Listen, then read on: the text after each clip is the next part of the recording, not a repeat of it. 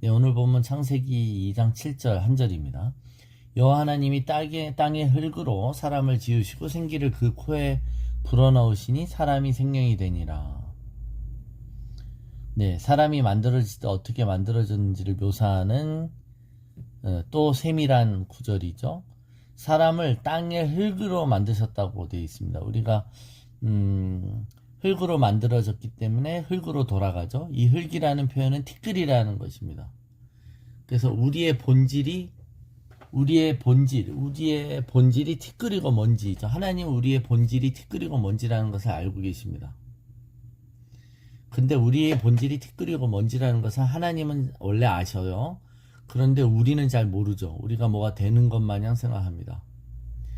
그래서 이 땅에서의 지고지순한 영성은 우리가 원래 티끌이었다는 것, 그리고 우리가 티끌에 불과하다는 것을 깨닫는 것입니다. 그런 티끌을, 그런 진흙을 이기셔서 토기장이께서 하나님이 원하시는 것으로 만드시는 것이죠. 네, 그래서 주인이 이 티끌을, 진흙을 이렇게 만들었다, 저렇게 만들었다고 해서 그 티끌이, 진흙이 왜 나를 이렇게 만들었냐고 할 수 없는 것입니다.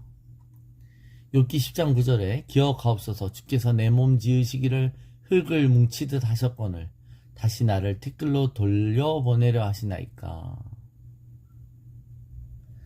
그러니까 이게 욥이 이런 고백을 하는 것은 욥이 고난이 왔을 때 하는 고백이에요.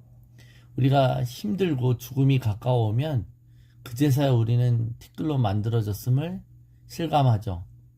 우리가 장례에 참여해서 화장을 하거나 그랬을 때 인간이 방금 전까지도 하나의 인격적인 삶으로 살아있는 생명으로 보이다가 화장을 하고 나서 한 줌 재로 변한 것을 봤을 때 인간이 얼마나 그저 허무한 존재이고 티끌과 먼지였음을 실감합니다. 그러므로 우리는 우리의 육신을 자랑하면 안 됩니다.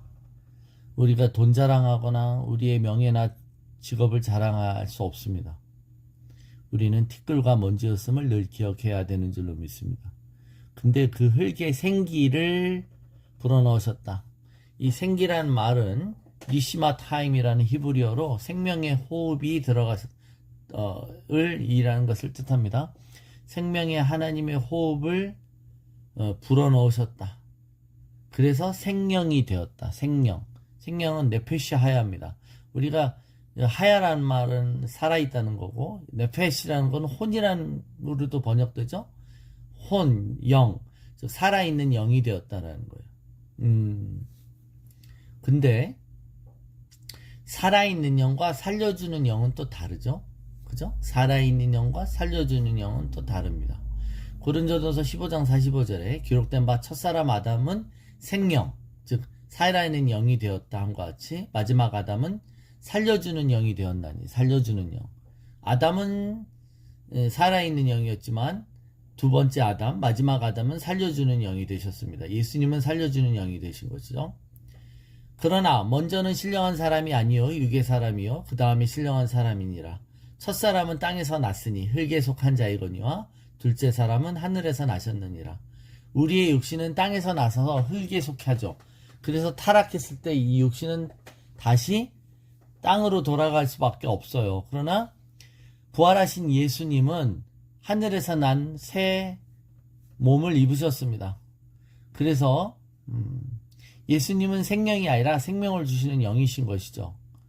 그래서 예수님의 첫 열매처럼 우리도 장차 부활하게 될 것은 아담이 입었던 흙에 속한 육신을 다시 입는 것이 아니라, 즉 땅에 속한 육신을 다시 입는 것이 아니라 버전이 완전히 다른 것이죠. 버전이 완전히 새로운 하늘에 속한 신령한 육신을 입게 되는 것입니다. 예수님처럼 살려주는 영이 되는 것이죠. 자, 하나님의 흙에 생기를 불어넣으시는 방법을 한번 보세요. 그것은 무슨 표현입니까? 네, 생기를 그 코에 불어넣으셨어요. 여러분, 코에 이 바람을 불어넣으려면 어떻게 해야 돼요? 우리가 인공호흡 하는 방법을 생각해 보셔야 되죠. 그것은 바로 어떻게 보면 그것은 키스하는 행위예요. 즉 하나님이 생기를 코에 풀어넣으셨다는 것은 사람들이 하는 가장 친밀을 감의 행위인 것입니다. 하나님은 그분의 생기를 우리에게 불어넣으실 때 바로 그런 키스와 같은 행동으로 우리에게 불어넣으셨죠. 살아있게 하신 것입니다. 그런데 여러분 보세요. 예배를 드리다라는 프로스키네오라는 말은 바로 키스하다라는 뜻입니다. 하나님은 우리에게 키스하심으로 우리가 생명이 되게 하셨던 것처럼 우리는 하나님께 키스함으로 그분을 예배합니다. 그래서 예배는 친밀감의 행위인 것이고 하나님 우리를 친밀감으로 살아있게 하신 것처럼 우리도 친밀감으로 그분을 예배하는 것이죠. 그래서 우리는 예배를 드릴 때마다 하나님의 이 성령을 마시고 생기가 우리 안에서 우리를 온전히 장악하도록 말씀으로 우리가 다스림을 받고 우리가 기도함으로 우리 안에 계신 우리와 한 영이 되신 성령님이 우리의 혼과 몸을 지배하시도록 내어드리는 것입니다. 그게 우리예요. 그게 우리란 존재이고요. 근데 우리가 한동안 예배를 드리지 않아도 우리에게 아무 느낌이 없다. 문제가 있다고 느끼는 것, 갈급함과 목마름이 있다는 걸 자각해야 되는데 호흡하지 않아도 먹지 않아도 마시지 않아도 살아있다라고 자기가 착각한다면 실제로는 좀비라는 것이죠. 사람은 떡으로만 살 수 있는 존재가 아닌데도 자기가 살아있다고 착각하는 것은 그것은 자신의 실상을 모르는 것이에요. 나는 부자라 보여야 부족한 것이 없다. 나 너의 눈먼 것과 가난한 것과 그 비참한 것을 네가 알지 못한다는 것과 같습니다. 자, 그래서 하나님이 생기를 불어넣으셔서 우리에게 산 영이 네페시 하야라가 되게 하셨다고 할 때 이 네페시라는 혼, 영이라는 뜻은 실제로 욕망이라고 번역할 수 있습니다. 욕망. 그래서 우리는 존재인데 어떤 존재냐면 욕망을 추구하는 존재예요. 우리는 욕망을 추구하는 존재. 무엇을 원하는 존재이죠. 그래서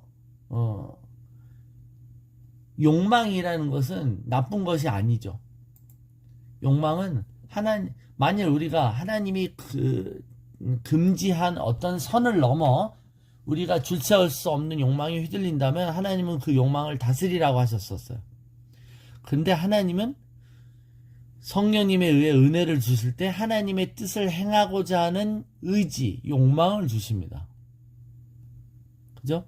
그래서 욕망이 불어넣어지는 것, 우리 안에 하나님의 뜻을 행하고자 하는 욕망을, 즉 하나님의 대리자로 살고 싶은 욕망을 주시는 것입니다. 그래서 여러분 우리가 우울하다라는 거, 우울증 환자들은 아무것도 욕망하지 않죠. 그죠? 그 말은 실제로 우리 안에 계신 성령님이 우리의 혼과 몸을 다스리시도록 우리 안에 계신 이 성령님의 그 은혜가 밸브를 틀어서 우리의 혼과 몸으로 흘러 넘어와서 우리의 몸도 새 힘을 입고 혼도 의욕에 차도록 하나님 우리를 다스리시는 거예요. 그런데 그걸 밸브를 다 잠가놨으니 여기에 통풍도 안 생기고 그냥 침잠하고 쾌쾌 묵은 것이 되는 것입니다.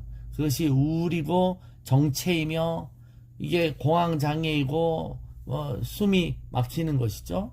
그래서 우리가 믿음의 행위를 해야 되는 거예요. 하나님의 생기가 우리에게 들어오도록 성령이 우리 안에서 우리를 온전히 다스리시도록 우리가 살아있는 생명이 되었고 살리는 영이 되었으므로 성령님께서 우리를 충만케 하시도록, 그죠? 그게 어떻게 된다고요? 말씀을 읽을 때, 말씀을 따라 순종할 때, 말씀을 쫓는 바람이신 성령님이 우리를 생기 있게 살아있게 하시는 겁니다. 급하고 강한 바람처럼 우리에게 역사하시는 하나님이 우리가 호흡할 때 우리의 머리부터 발끝까지 하나님의 뜻대로 지배하시고 하나님의 뜻을 행하고자 하는 욕망으로 가득하게 하시며 또 우리가 원래 무엇이었음을 우리 자신에게 집중하지 않고 우리 자신에 도취하거나 교만되지 않고 우리가 티끌과 먼지임을 자각하면서 겸손하게 살게 하시는 줄로 믿습니다.